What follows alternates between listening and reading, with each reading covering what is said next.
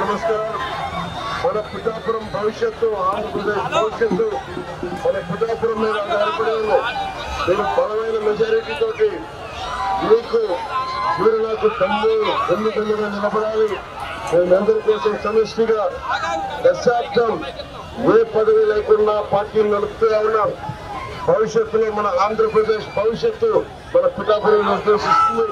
అందుకని మనస్ఫూర్తిగా మీ ఆశీస్సులు పూర్వీకులు కావాలి, ఆశీర్వచనాలు కావాలందరికీ కోరుకుంటూ ప్రతి సమస్య మీద బలమైన స్పందన ఇచ్చి పరిష్కారం మార్గం.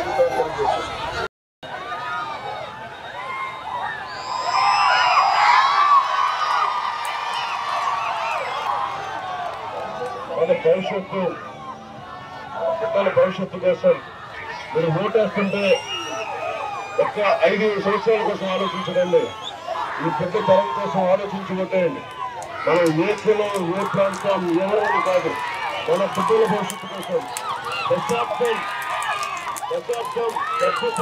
నడిపారంటే ఈ పిల్లలు దృష్టిలో పెట్టుకోండి. మీరు ఊహించండి, 2047కి పెట్టారు, 20 ఏళ్ళ ఎదురైతే ఉంటాడు. అప్పటికి ఉపాధి అవకాశాలు ఉండాలి, ఆ ల్యాండ్ ఆర్డర్ బాగుండాలి, ఆరోగ్యం బాగుండాలి, తాగునీరు, సాగునీరు అన్నీ మనకి ఈజీగా దొరకాలి. అందుకే నేను చేస్తుంది ఒక ఎన్నికల కోసం కాదు, ఒక తరం భవిష్యత్తు కోసం.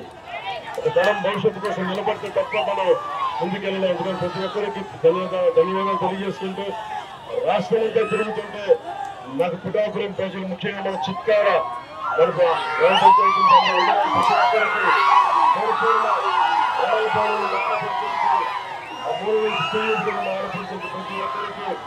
ధన్యవాదాలు తెలుపుకుంటున్నాం.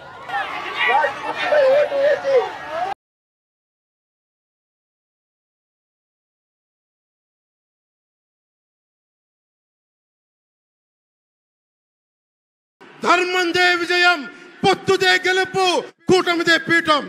జై హింద్.